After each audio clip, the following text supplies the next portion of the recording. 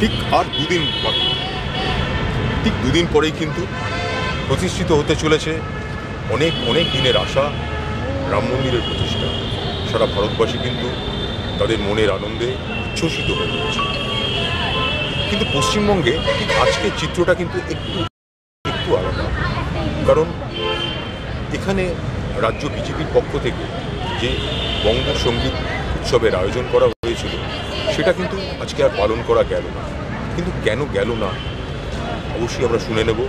এখানে উপস্থিত রয়েছেন রাজ্য বিজেপির যারা নেতা নেত্রী তাদের কাছে।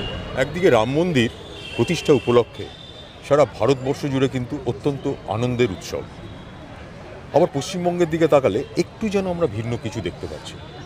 কারণ পশ্চিমবঙ্গর রাজ্য বিজেপির পক্ষ থেকে আজকে যে জাতীয় সঙ্গীত উৎসবের আয়োজন করা হয়েছিল সেটা কিন্তু বন্ধ করে দেওয়া হয়েছিল।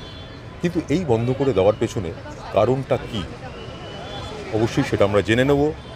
এখানে উপস্থিত রয়েছেন অভিনেত্রী অঞ্জনার কাছে। আজকের যে এটা বন্ধ করে দেওয়া হলো এর পেছনে কারণটা কি রয়েছে? দেখুন, কারণটা কি সেটা তো ওনারাই বলতে পারবেন, কারণ তো বলতে পারবো না। কিন্তু যে কারণে হয়ে থাকুক না কেন সেটা ভীষণ লজ্জার বাংলার মানুষের জন্য, আমাদের শিল্পীদের জন্য অত্যন্ত লজ্জার এবং ডিপ্রেসিংও বটে। এরকম ঘটনা বহু বছর আছি রাজনীতির সঙ্গে যুক্ত। আর্ট অ্যান্ড কালচারের জগতে তো আরও বহু বছর ধরে আছি। এই রকম ঘটনাই প্রথম দেখলাম। এই বোধহয় আমাদের এই রাজ্যেই সম্ভব, এই সরকারের পক্ষেই সম্ভব। তবে হ্যাঁ, আমার ভীষণ একজন শিল্পী হিসেবে কষ্ট হচ্ছিল যেসব প্রত্যন্ত গ্রাম থেকে জেলার শিল্পীরা এসেছিলেন তাদের কথা ভেবে। কারণ তারা কলকাতার বুকে একটা আধ ঘন্টা 40 মিনিট বা কেউ হয়তো 20 মিনিটের প্রোগ্রাম করবেন এরকম একটা প্রস্তুতি নিয়ে এসছেন। এতদিন ধরে প্রস্তুতি চলছিল তাদের, ভেবে এলেন এবং সেটা কিছু করতে পারবেন না, ফেরত চলে যাবেন।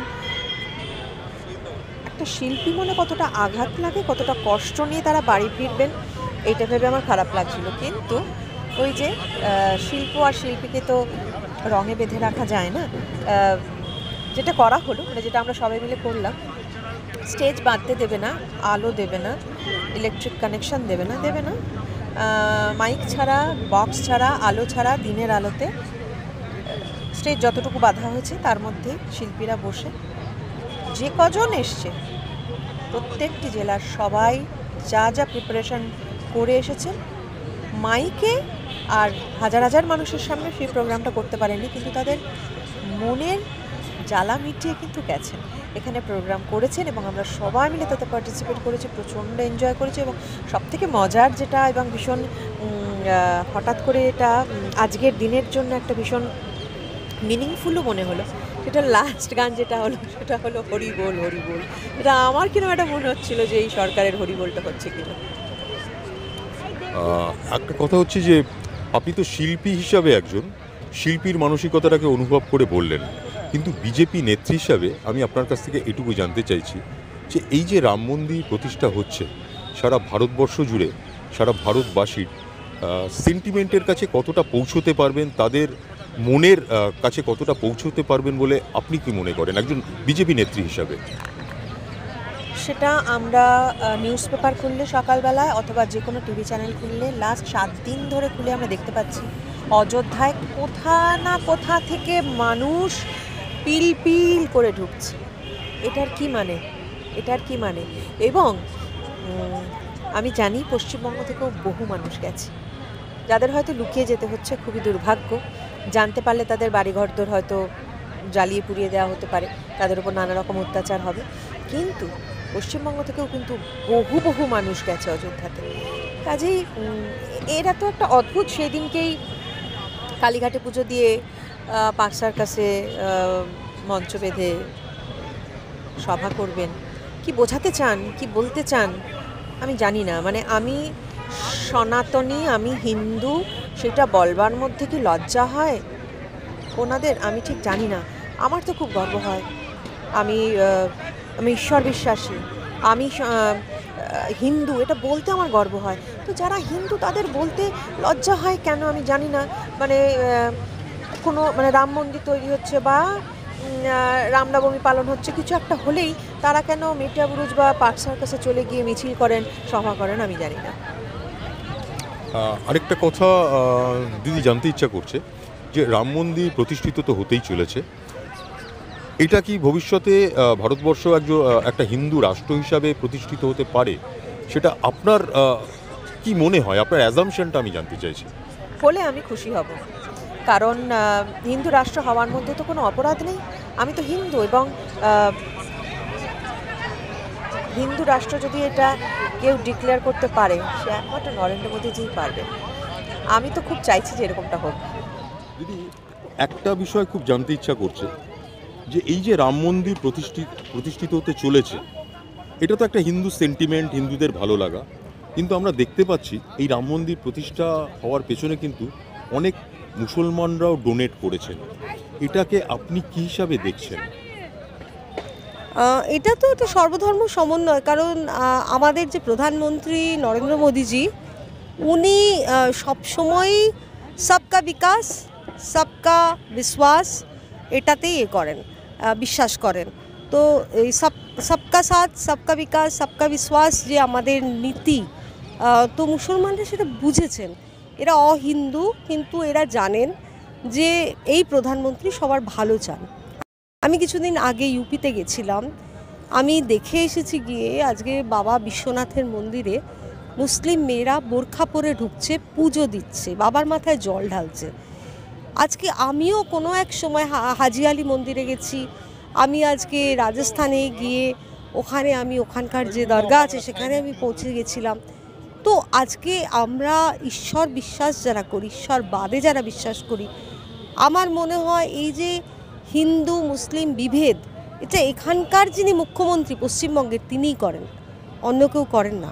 তাই রাম মন্দির যে প্রতিষ্ঠিত হচ্ছে, সেখানকার যে দিয়া কত মুসলিমরা তৈরি করছে আপনারা জানেন, সেখানকার যে ঘণ্টা, সেখানকার যে কাজ, দেওয়ালের কাজ, যে মিস্ত্রিরা কাজ করছে, বহু মুসলমান মিস্ত্রিরা সেখানে কাজ করছে, এবং তাদের ডোনেশনে এই এত বড় মন্দির তৈরি হয়েছে। কারণ যারা আজকে ইউপিতে থাকেন তারা জানেন যোগী আদিত্যনাথ যিনি আছেন, তিনি হয়তো কট্টর হিন্দু হতে পারেন, কিন্তু তিনি মুসলিম বিরোধীও নন, তিনি অন্যায়ের প্রতিবাদ করেন। তো এই জিনিসটা তারা বুঝেছেন বলেই আজকে এই অযোধ্যায় রাম মন্দির যে তৈরি হচ্ছে, রামলালার মন্দিরে, সেখানে বহু মুসলিমরা সেখানে ডোনেট করেছে এবং তারা অংশগ্রহণও করছেন।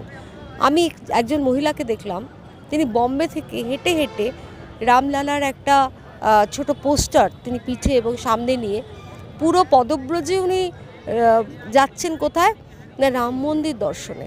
তো এই যে ফিলিং, এটা রাম ঈশ্বরের থেকেও বড় হচ্ছে, তিনি ভারতবর্ষের অধিকর্তা, অর্থাৎ তার যে একটা রূপ, তিনি যে একটা মানে গ্রেটার দেন হিউম্যান বিইং, তিনি ভারতকে রক্ষা করেন, ভারতের রক্ষাকর্তা।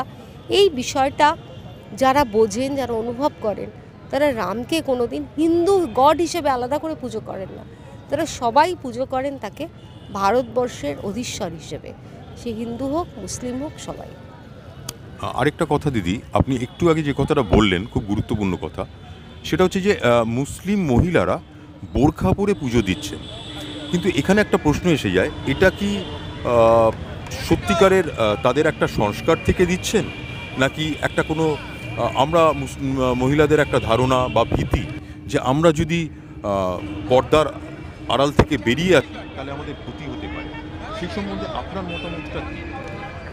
দেখুন, মুসলিমরা যে মহিলারা যে পর্দানসীন, এটা কিন্তু ভারতবর্ষেই আজকে খুব বেশি। আপনি যদি অন্যান্য দেশে যান, পর্দা অনেক জায়গাতেই সরিয়ে দেওয়া হয়েছে। যেরকম 3 তালাক অন্য দেশে ছিল না, আমাদের ভারতবর্ষে ছিল, সেটাকে উঠিয়ে দেওয়া হয়েছে এখন আইন করে।